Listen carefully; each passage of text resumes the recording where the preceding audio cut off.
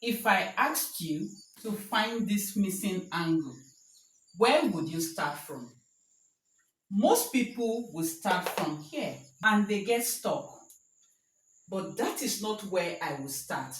I will start with this angle that the diagram has already given to me. So, focusing our attention on this 4-point PQRS. This PQRS is forming what is called a cyclic quadrilateral. So we're going to apply the first theorem here to find this angle. Okay, so look at these two angles.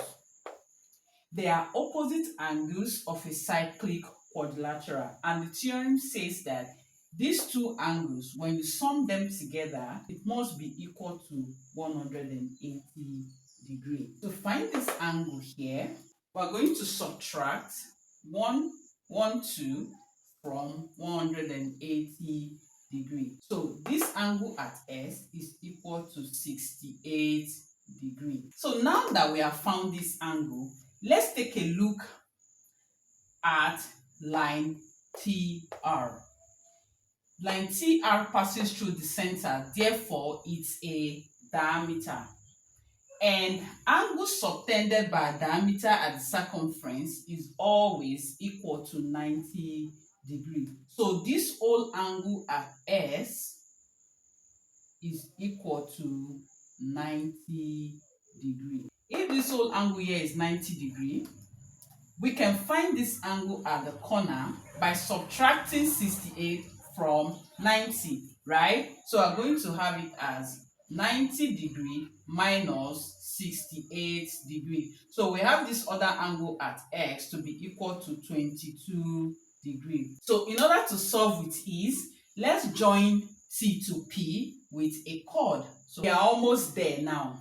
So now let's take a look at the angle subtended by this chord PT. So we have this chord subtending this angle at S, which is 22 degrees.